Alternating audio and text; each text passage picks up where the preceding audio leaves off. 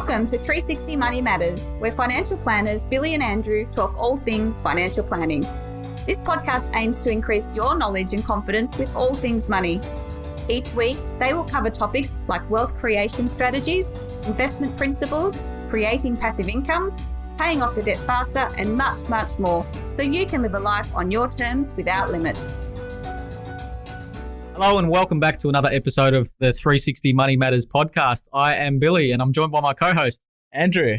Struggled to get that one out of it this time, Bills. I think I'm due for a coffee, to be honest with you, Andrew. So I try and put a fair bit of, oomph into these things to get across the energy and excitement that we feel during these recordings. But that one, took a bit of a weird turn. So it was a scotch. That's it. Andrew, who have we got with us today? We've got a glimpse of the great voice here to our left. Yes, we've got Pat. Pat's a partner. He's a financial advisor at 360 Financial. He's joined us today on the podcast. Welcome along, Pat.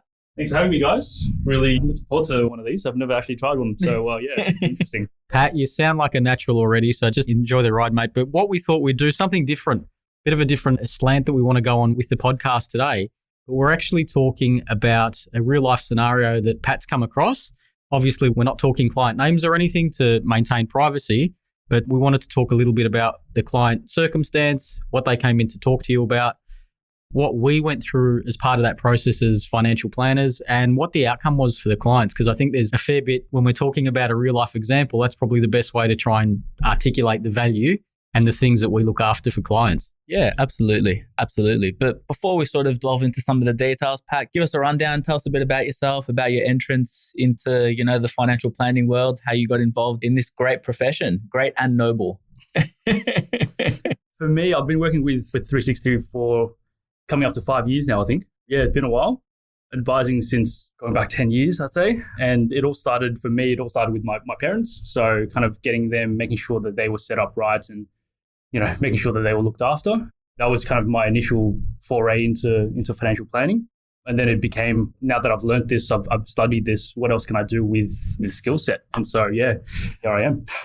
Moved to Melbourne and haven't looked back, essentially. Yeah, good stuff. Awesome. It's always interesting to hear people's stories and journeys into different professions and things like that. And I think with financial planning, for at least most of us in this room anyway, seems to be something like that there's a story and someone got helped out by a financial planner or in a particular set of circumstances and had some advice or received some advice. And I don't know, I'm pretty biased towards this stuff, but I think it's pretty life-changing in terms of what we do. When you see that work out really, really well, it's quite inspiring and it can change the direction of someone's career. So that's definitely my story, Pat. Good to hear. Let's get into it. Do you want to give us a rundown in terms of the client scenario that you're going to talk to us about today? Yeah, absolutely. These clients were referred from an existing client of ours. It was a sibling from memory. They basically had their initial reason for coming to see us was they sold a property in their self-managed super fund, had been sitting in cash, and this is going back, at least a couple of years at the very least, had been sitting in cash for a while and they just had done absolutely nothing with it. And, that's fine. They were probably the tyranny of choice, basically just sat on it for a while, spoke to their sibling and their sibling said, hey, go see the 360 guys. They're great. We met them. Jay basically had an initial chat with them to say, hey, what are you looking to do? And they said, exactly that. They've just been sitting on cash for quite a bit of time in their self-managed super fund. And obviously at that stage, and this is going back a couple of years now, cash rate was a little higher. And now, if you're talking about cash rate these days, you're probably lucky to get 0.5%.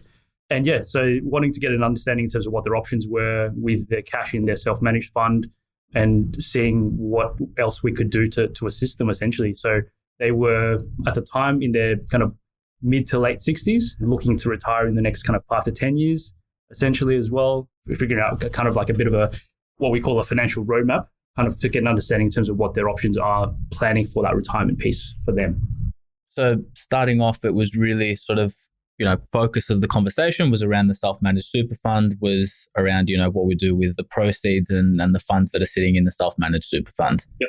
Not wanting to jump ahead a little bit here, but it sounds from what you've told us that things took a bit of a turn and sort of changed a little bit after that in terms of the scope of the advice. Yeah, 100%. And tend to have a very kind of open and honest conversation with clients just to get an understanding in terms of, okay, great, you've come to see us for one particular purpose, but is there more that we can be doing? Or is there kind of other things that are keeping you up at night? Because, one thing is great to look after. And if we tick that box, it's usually a good result for clients. But kind of expanding on that a little bit further and just asking a few other pointed questions to say, what else is there that keeps you up at night? And part of that meeting, we basically uncovered that there was a bunch of other things that needed addressing. And probably, if anything, the main reason for them coming in to talk to us today was to probably almost like a secondary priority, because for them, they operated an online business, which was doing well. So from a cash perspective, there were plenty of cash in the business. In short, the family circumstances meant that they had racked up a lot of personal debt over the last, call it 5 or 10 years. So credit card debts and personal loans, totaling about $150,000. And when you're talking about, cash flow, and so even if a business is doing really well, if the family is paying a lot in just interest-only repayments, you're going pretty much nowhere with the loans themselves. And so I think at one stage we were talking about, $150,000. We did the maths. They were paying, upwards of about $10,000 a month in interest-only repayments only. And literally just, you're talking about, the principal of the amount is going absolutely nowhere. You're still paying that irrespective. And if, the banks or whatever tend to turn up the dial in terms of the interest rates, you then start paying a lot more in interest-only repayments as well. So that was a big area of concern for them, and eventually kind of pivoted into that discussion to say, okay, we probably need to address this before we really look at the bigger picture, because this is, if anything, the area that probably keeps you up more at night than anything else. And the clients agreed, absolutely. Yeah, I always find it interesting when we're talking to clients. It always seems to be, for most part anyway, and it's a generalization, but it always seems to be one thing that gets somebody to seek advice. And in this instance, it was well and truly about retirement income and concentrating and focusing on, we've got money sitting in cash. It's not returning anything. We're not keeping up with the cost of living. We're starting to think about retirement in the, medium term. Can you help us with that? And as part of our process and our professional obligation, we need to get a really clear understanding of the client's circumstances. And as soon as you were describing that to us, Pat, my face and Andrew's face, we were just looking at it, just going, wow, that's the red flag. That's the thing that you hone in on and start concentrating on. But I always find it really fascinating that somebody comes in for one particular thing. And this is, I guess, one of the magical parts of financial planning. But as you start to look across the client circumstance and the different spectrums of financial planning, it's amazing how many other areas we address and pivot into as part of our conversation, and eventually as part of our advice that we give someone as well too. So I think that was a really good snapshot of the client circumstance. Tell us, where did you go from here? So you got all of the information from the client. Obviously there's a few red flags from what we can tell. Where did you go from here? What did that look like? From here, we basically then pivot to say, okay, great, these are the circumstances. This is the hard facts, essentially. We go back and do a little bit more research and just get an understanding in terms of options for moving forward. So one of the other kind of discoveries that we found out was they were paying insurance premiums for the last 10 years. And as you may know, premiums tend to kind of predictably go up every year, and leave it for long enough can blow out to be quite a bit. And so one of the other factors essentially why they were paying not just the interest-only repayments and, basically bleeding money out the door was that they were paying about, $30,000 in, premiums a year, about $2,500 a month, thereabouts. And so one of the other factors was, okay, we need to address this. If, they've still got home loans, they've still got financial obligations and financial dependents that rely upon them and the business to keep running. And so the insurance, it was needed, but is there a more cost-effective structure and manner to be able to fund this and facilitate this premium as well? So one of the other factors we needed to kind of address with the client and get their input on was to say, okay, great, you've got the insurance in place, which is what's needed. The amount is probably a little bit overcooked, essentially.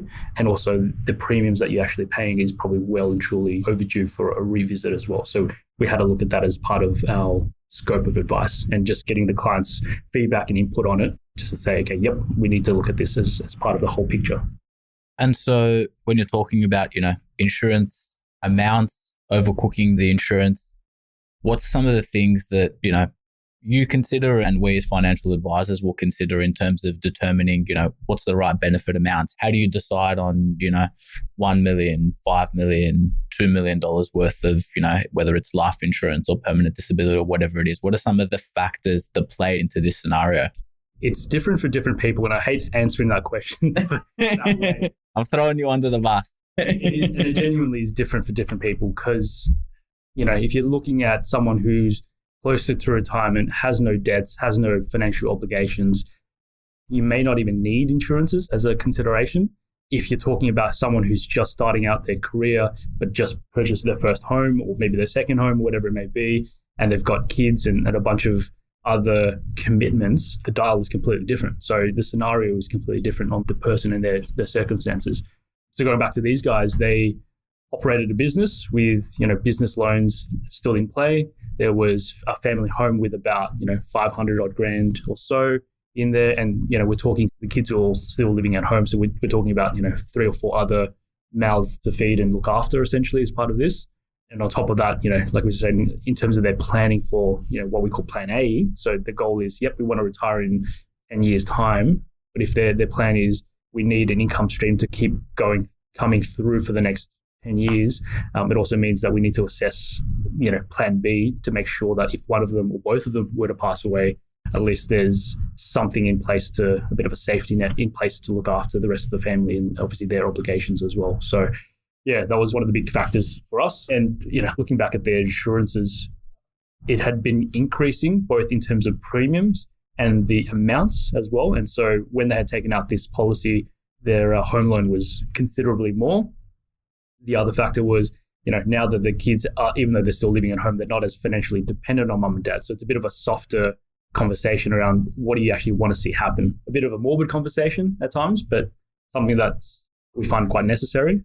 And just say, okay, if something were to happen to one or both of you, what do you want to see realistically happen to the surviving, members or the surviving people within the family? So figuring out that and then putting some numbers and some harder facts into play, we then kind of come back and do what we call a needs analysis to kind of figure out then, okay, based on your circumstances, based on what you want to see happen afterwards, if that were to be the case, this is the magic number, so to speak, as to what you need in the amount like life cover and TPD. And from there, we then go, okay, we'll go back and do our research and figure out, okay, who's the best cost-effective insurer and, still ticks the box in terms of a bunch of other things for them.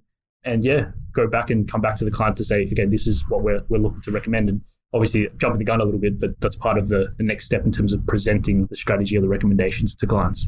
So Pat, just on that, I mean, we've covered the insurance piece a fair bit, but from what you've described in terms of the initial client goal or need, then just describing or listening to what you were describing then, it went from what I can tell, retirement planning or retirement income, and then pivoted the conversation into cash flow management, the debt piece around refinancing and restructuring, the insurance piece, obviously that for 2 reasons. 1, to get the right amount, but 2, to help support the cash flow. And then the last piece that I picked up on is a piece around estate planning. What would you want to see happen in the event of what have you? It's really fascinating that you started with one thing and it's pivoted off into, at least 5 core areas that I can see. I think we've got the insurance one nailed, but do you want to talk us through, if we can, maybe we'll go through each of those categories around some of the specifics of things that we had spoken about? Like I imagine that the retirement income, we probably did an analysis over a 10-year period, figured out what their income would be and worked backwards. Just talk us through a bit more about the mechanics with each of those areas, because I reckon that'd be really useful if we could, share that experience.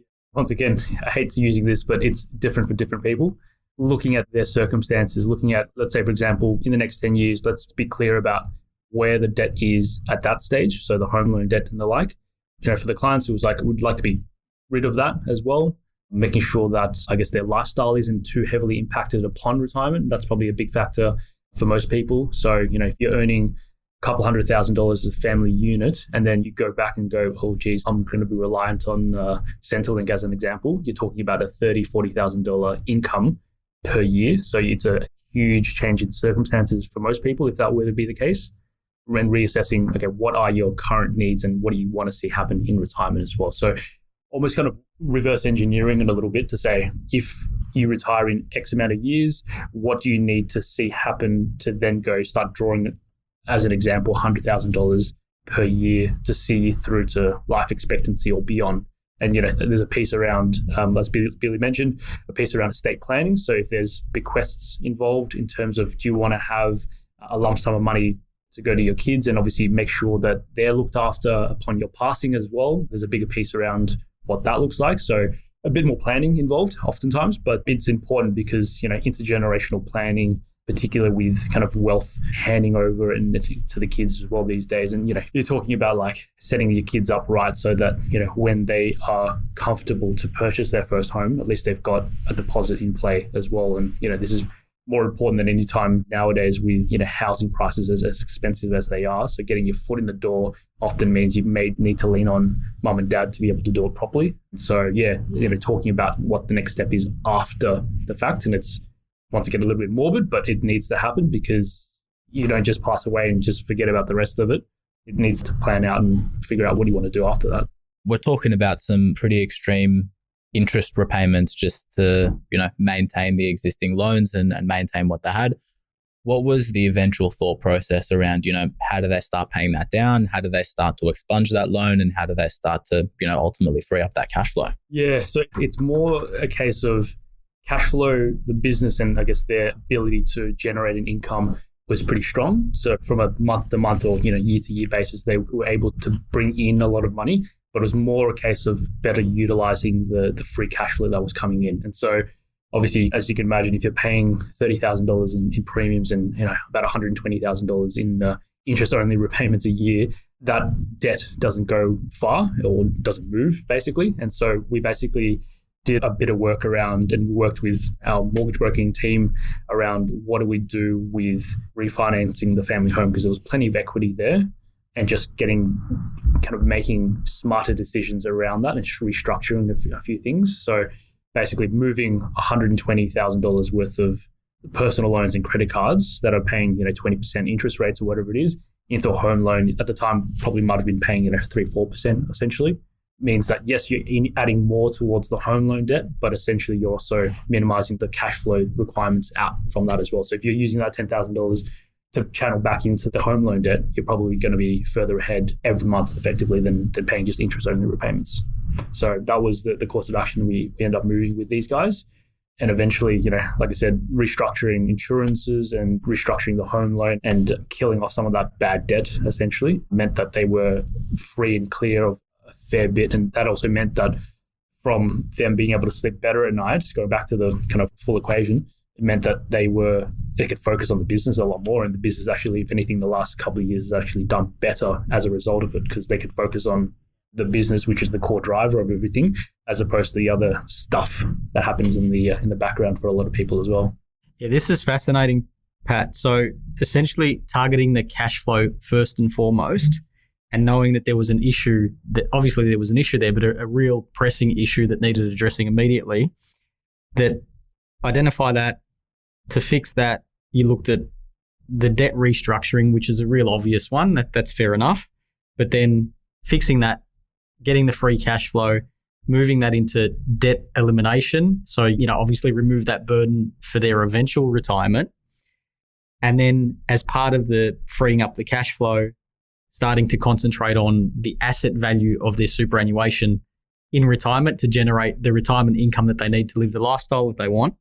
And not only to do that as well too, but at some potential stage start thinking about, okay, is there an asset value here that we want to aim for to be able to have as a bequest for your beneficiaries at some point down the track, to be able to help them out and get a bit of a leg up with things like that, and also reducing the expenses around the insurances as well too, not only from a cash flow perspective, but who wants to be paying more for stuff when you don't need to do it regardless, right? So it's just fascinating just hearing that story, and I've jotted it down, and it kind of the interconnectedness of it is often, I guess, the craft and the mastery that we use and display to clients may not necessarily be obvious, but yeah, I'd like to say we make it look easy, but it's just interesting that once you clear that stuff up and you get a strategy and some advice and a plan around it, you can really focus on the things that matter. And in this case, obviously to support this level of loans and things like that, they've obviously got a successful business, but just hearing you say that you've taken that burden off them and now they can concentrate on the business more so, yeah, really fascinating outcome and yeah, great story. And I think what it ultimately highlights is, for me, two things in what we do in financial planning, which is first and foremost, anything that you do sort of needs to center around the goals. So you're starting off with, okay, what do you want to have in retirement? That was kind of the first entry point into advice. Then off the back of that is, okay, well, what's your current level of expenditure and how is reducing that going to, get you closer towards that goal? What do you want to see happen if, touch wood, something happens and, you're sick, you're injured, you pass away, you're not able to work? What do you want to see happen to not only you, but your family unit? And as you said, it's really a perfect scenario in showing the interconnectedness of all of the pieces of financial advice coming together as one. And I think in all our experience in financial planning, very few times does a client come to you with all of these things and identify all of these, areas of opportunity on their own. A lot of the times there's one thing that a client will come to see you about. Very often it's around, and I think this scenario perfectly highlights it, is a lot of the times it's about the exciting stuff. It's about investing. It's about doing more. And it's only once you start unpacking and looking at things from a bird's eye view further away do you really start to, unpack all the areas of opportunity for a client.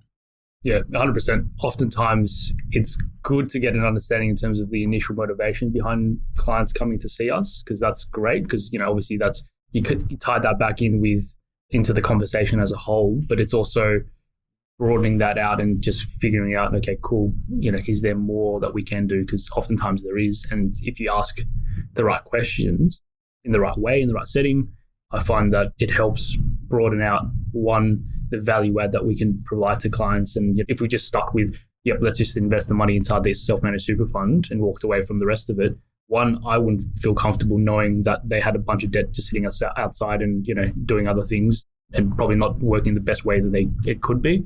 But two, we wouldn't be doing the right thing for the client either. So I think making sure that we're addressing the whole picture, and sometimes you park some of that strategy, sometimes you do it straight away because it's more of a concern than anything else to address it here and now. It's just a conversation, essentially, I find, with a lot of clients, just to flesh out what else we can do. Yeah, one of the things that's probably misunderstood about financial planning, in that instance where that there's something that needs to be addressed, you obviously, we have a professional obligation to, one, identify and unpack and uncover that. But two, we've got a professional obligation to talk to the clients about it. And in the instance where a client didn't want to receive advice on that, as a professional, I'd feel really, really uncomfortable in not giving them that advice and not addressing it, because by not doing that, we're actually assuming a bucket load of risk that is probably not really known. But if you just focus on the original reason that they came to see us and you disregarded the rest of it, we're taking on a huge amount of risk by not doing it. So in this instance, I think it's interesting that you flagged that. And probably even to the extent where if the client didn't want to address those other areas, we probably wouldn't have been in a position where we felt comfortable around giving them advice as a firm. The other thing that jumps out with that is probably the value piece, just around, you talk about cost of financial advice or any type of advice from a professional. But when I often have this conversation, especially with, I guess, an investing conversation, it's always, how much am I spending? And the natural thought process is, how much am I going to make back in a return?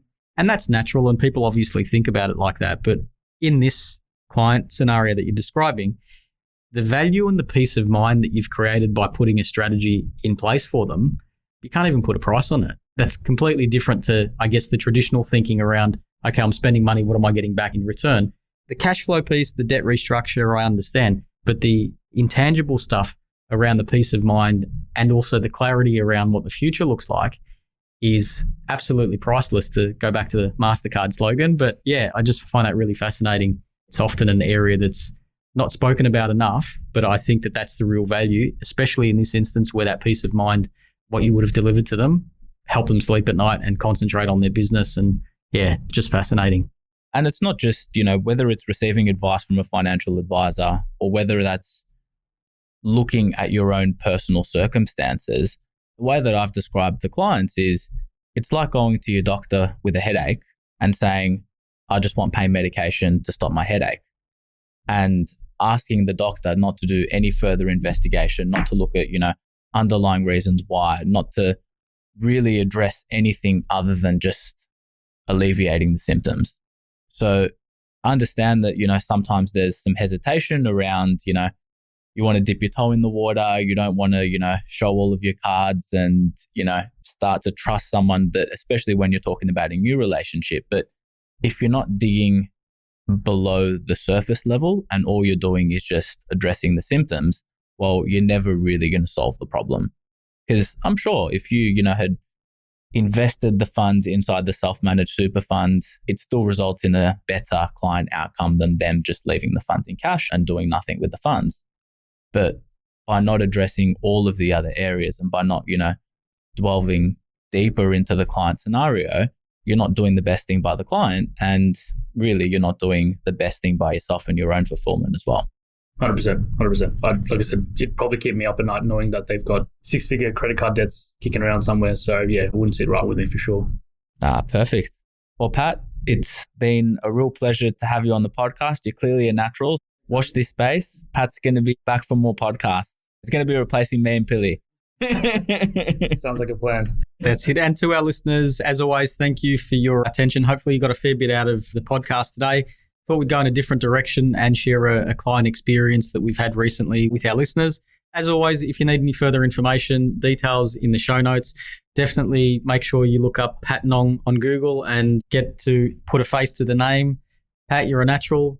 Thank you for your time. Really appreciate it. Thanks, guys. Thanks for having me. Really good to kick one off with you guys. So yeah, looking forward to a few other ones for sure. Looking forward to the next one. And thanks again to our listeners for tuning in. Thanks for listening today.